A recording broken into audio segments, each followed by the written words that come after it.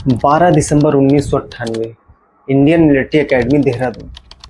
22 साल का एक नौजवान अपनी कड़क वर्दी पर चमचमाते सितारे लगा रहा था।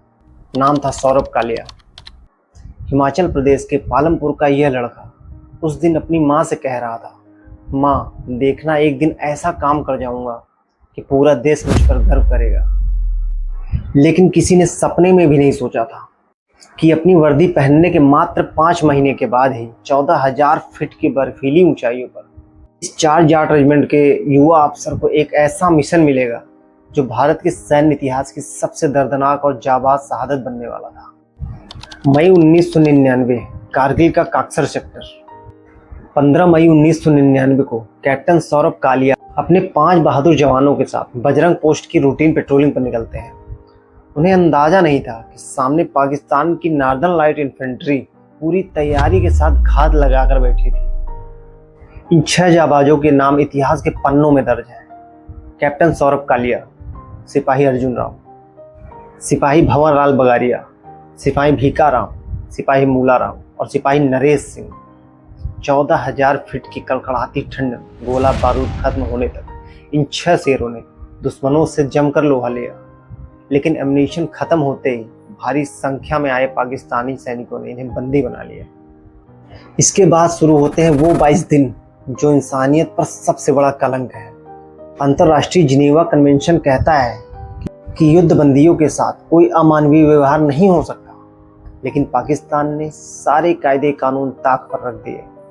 9 जून 1999 को जब इन 6 वीरों के पार्थिव शरीर भारत को सौंपे गए तो पोस्टमार्टम की रिपोर्ट देखकर सीनियर डॉक्टर्स का भी कलेजा कांप उठा।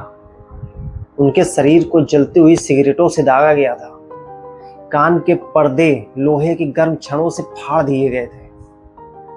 हड्डियां और पसलियां तोड़ दी गई थी भाई। आंखें निकाल ली गई थी और शरीर के अंग को पूरी तरह से बेकार कर दिए गए थे।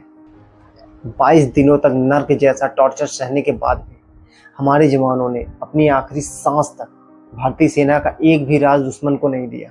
और जब एक पिता को अपने 22 साल के बेटे का छत विछत शरीर मिला तो उन्होंने रोने के बजाय इंसाफ का ऐसा झंडा उठाया जो आज तक झुकने नहीं दिया।